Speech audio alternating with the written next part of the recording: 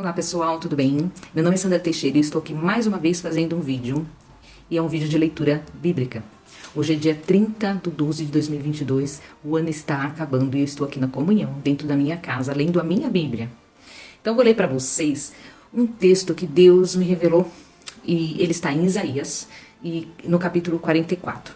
Vou ler assim alguns títulos dentro deste capítulo, tá? Primeiro título: o Senhor é o único Deus. Quando Deus fala conosco, Ele fala com Israel, o povo escolhido por Ele. E nos tempos de Israel, nos tempos de Jerusalém, né, no Antigo Testamento. Hoje nós somos outros povos, outras nações, mas ainda somos povo de Deus, gerados por Ele, descendentes do povo de Israel. Então nós acreditamos, como cristãos, que Deus fala conosco perante este livro aqui, a Bíblia. Né?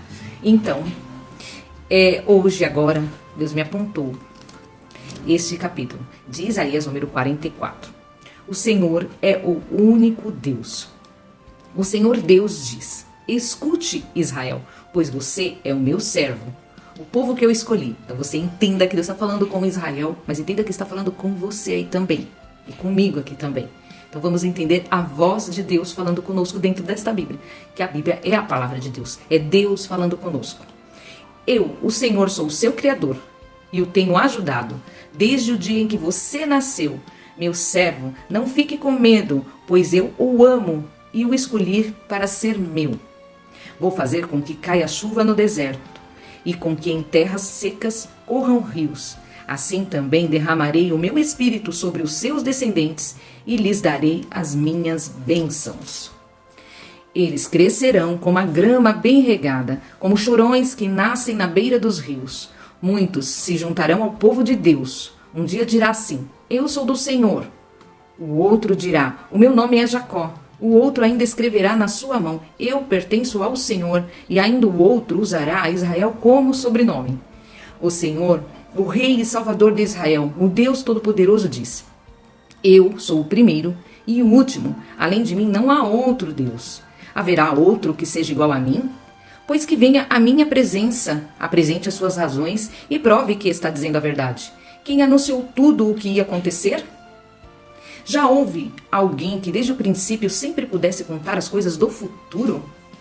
Meu povo, não tenha medo, nem fique apavorado. Não é verdade que desde o princípio eu sempre anunciei a vocês o que ia acontecer? Vocês são minhas testemunhas de que isso é verdade. Será que há outro Deus além de mim? Não, não existe outro protetor. Eu não conheço nenhum. Aí, outro título, segundo título. A idolatria é condenada. Escutem com atenção essa parte. Os que fazem imagens não prestam. E os seus deuses que eles tanto amam não valem nada. Não sou eu dizendo, é Deus dizendo. Está aqui na Bíblia, entende? E nós temos que seguir o que está escrito aqui na Bíblia. Os que adoram imagens são tolos e cegos, e por isso serão humilhados. É uma grande tolice fazer uma imagem para ser adorada como se fosse um Deus. Todos os que o adorarem serão humilhados. Os que fazem ídolos são apenas seres humanos, nada mais. Que eles se reúnam e se apresentem no tribunal. Ali ficarão apavorados e serão humilhados. Um ferreiro pega um pedaço de metal, coloca nas brasas e depois com toda a força vai batendo nele com o martelo até formar até formar a imagem. Ele trabalha tanto que não come, nem bebe e acaba perdendo as forças. O escultor mede um pedaço de madeira e com um giz desenha nele a figura do ídolo. Depois, com as suas ferramentas, ele faz uma estátua com a forma de um belo ser humano para ser colocada num templo. O escultor vai à floresta para cortar uma árvore, escolhe um cedro, um cipreste ou um carvalho. Ele só corta árvores bem grossas e então planta uma e espera até que a chuva faça crescer. O homem usa uma parte da madeira para fazer um fogo. Ali ele esquenta também e assa o pão.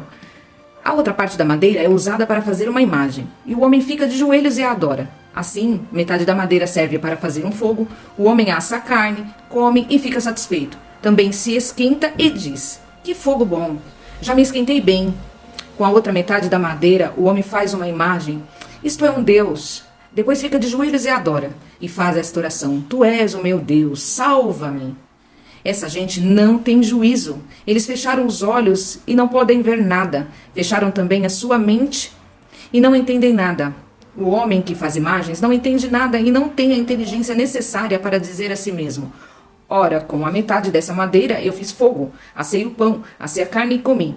E com a outra metade eu fiz esta imagem nojenta. Agora, aqui estou eu adorando um pedaço de madeira. Adorar uma imagem não adianta nada, é o mesmo que comer cinzas. O homem que adora imagens não pensa direito, mas vive enganado. Ele não pode se salvar, pois não é capaz de dizer: isto que está na minha mão não é um Deus coisa nenhuma. Outro título: o Senhor, o Criador e Salvador. Esse é o terceiro título dentro do texto. O Senhor Deus diz: povo de Israel, lembre disto. Não esqueça que você é meu servo. Eu o criei para que me servisse e nunca esquecerei você. Já perdoei as suas maldades e os seus pecados. Eles desapareceram como desaparece a serração. Volte para mim, pois eu sou o seu Salvador. Ó céus, gritem de alegria por causa daquilo que o Senhor Deus fez. Cantem louvores, lugares profundos da terra, montanhas e florestas com as suas árvores. Cantem todos de alegria, pois o Senhor salvou o povo de Israel e assim mostrou a sua grandeza. O Senhor, o Salvador de Israel, diz: meu povo, eu sou o seu Criador. Antes que você tivesse nascido, eu já o havia criado. Sozinho, eu criei todas as coisas.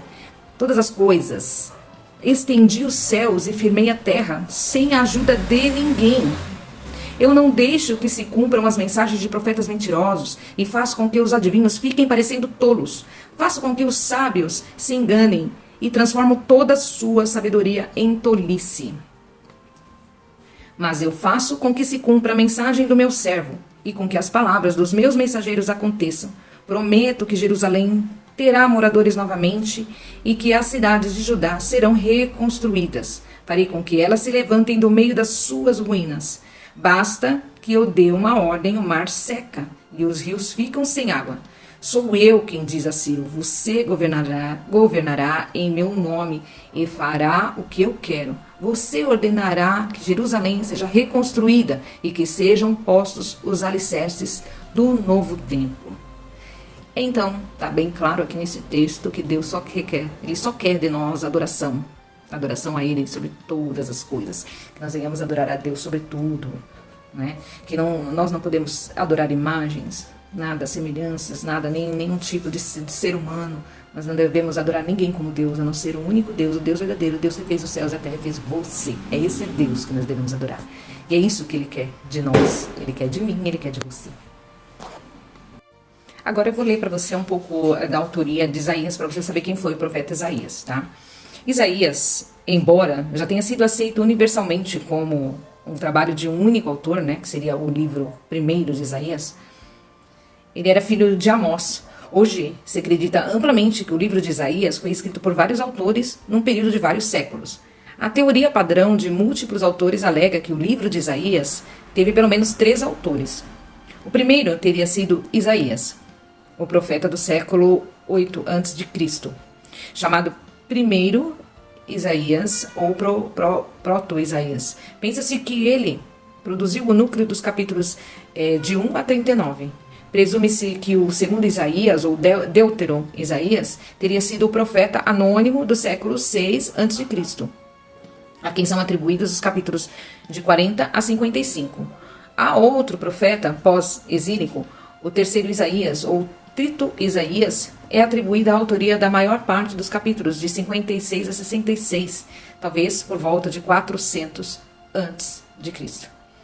Os defensores dessa teoria tentam demonstrar que o estilo, a teologia e o contexto de Isaías, de 1 a 39, diferem de Isaías de 40 a 55 e de Isaías de 56 a 66. Argumentam que o segundo Isaías, mas não o primeiro, retrata Deus em termos puramente monoteístas.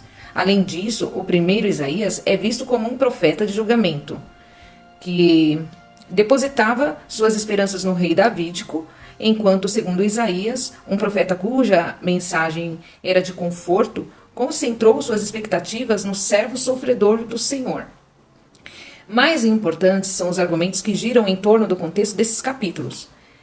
É consenso que os profetas do Antigo Testamento escreviam da perspectiva de sua situação histórica, ainda que se reconheça que Isaías pudesse prever o cativeiro babilônico. Isso é discutível.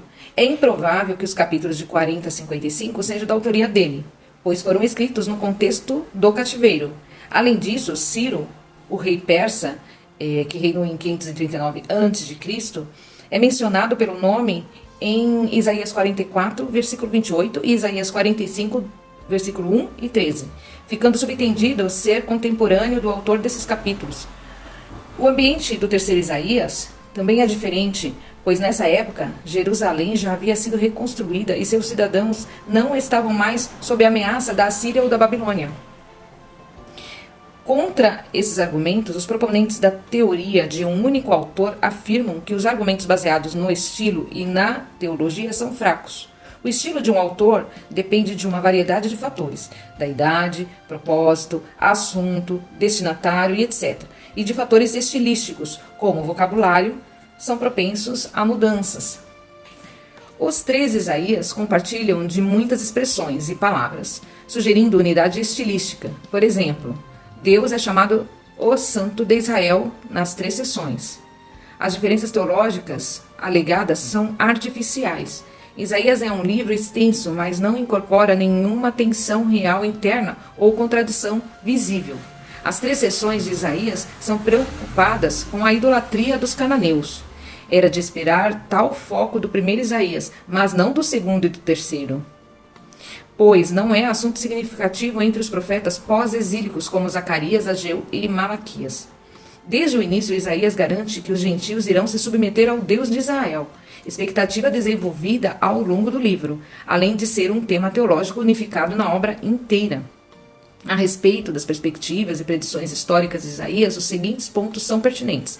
Isaías projetou-se no futuro para descrever fatos como se já estivessem acontecido. Na realidade, Isaías 6, um capítulo fundamental, apresenta o exílio como inevitável. O profeta tinha o exílio como certo e escreveu os capítulos de 40 a 55. Com isso em mente, a menção de Isaías ao nome de Ciro tem um paralelo na predição do nome de Josias em 1 Reis, capítulo 13, versículo 2. É verdade que predições desse tipo são raras no Antigo Testamento, mas acontece. Em contraste com Ezequiel, que viveu na Babilônia, o segundo Isaías não dá nenhuma indicação de estar familiarizado com a vida da Babilônia. Isso dá a entender que o autor de Isaías, do capítulo 40 a 55, não viveu na época do exílio babilônico. Justamente o que esperaríamos se os capítulos fossem escritos pelo Isaías de Jerusalém. A única evidência arqueológica em torno da questão provém de um rolo do Mar Morto, designado 10, que ele trata-se de um texto quase completo de Isaías, o que confirma a ideia conservadora de que não existe nenhum rompimento entre os capítulos 39 e 40.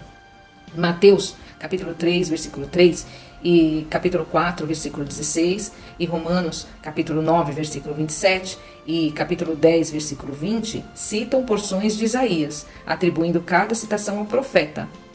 Não há nenhuma tradição na literatura judaica antiga a respeito de um profeta exílico que tenha escrito Isaías de 40 a 55, considerando-se que Isaías é tido como um dos maiores profetas que Israel produziu.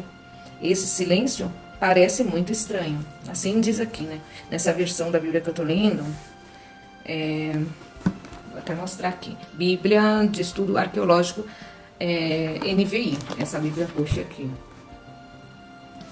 Essa Bíblia é da editora Vida. E o livro que eu acabei de ler para vocês, Isaías, foi da Bíblia que eu ganhei essa semana. É a Bíblia Sagrada, Fontes de Bênçãos, edição com letra maior, nova tradução na linguagem de hoje, da Sociedade Bíblica do Brasil. Tá bom? Então é isso. A gente faz a leitura, explica quem é o profeta, como ele viveu, né? E qual foi a autoria dele, o assunto, o contexto, para que a gente possa entender um pouquinho mais, um pouquinho melhor da Bíblia e ter interesse, né, de ler a Bíblia, tá bom? Muito obrigada por você me acompanhar até aqui. Se você achou relevante esse assunto, gostou e queira passar assim para algum conhecido, pode compartilhar o vídeo. Eu insisto em dizer que meu canal não é um canal monetizado, tá? Eu não tenho interesse em monetizar o canal. O meu interesse é só em passar para vocês versículos bíblicos, né? Textos bíblicos, lendo, para facilitar a vida de quem não pode ler, queira acompanhar, né? A leitura. E é isso é bom para mim, porque acrescenta em mim mais conhecimento, mais sabedoria, mais reverência, santidade, consagração a Deus. É com essa intenção que eu venho aqui no YouTube gravar meus vídeos. E assim eu tô fazendo uma terapia comigo mesmo. Eu comecei a fazer isso, acredito que há uns 4 meses atrás, né? Vou dar uma olhada lá nos meus vídeos, a partir do momento que eu comecei a publicar. E eu até estava passando por um momento difícil na minha vida, assim, um período de estresse, um período de depressão, ansiedade. E lendo a Bíblia eu fui totalmente curada, né? Eu tava com um problema seríssimo no meu estômago, no meu intestino, assim, a síndrome do intestino irritável, né? Me causava muita insegurança para sair de casa, para me alimentar fora de casa. E a partir do momento que eu comecei a fazer esse trabalho, Deus me libertou assim por completo.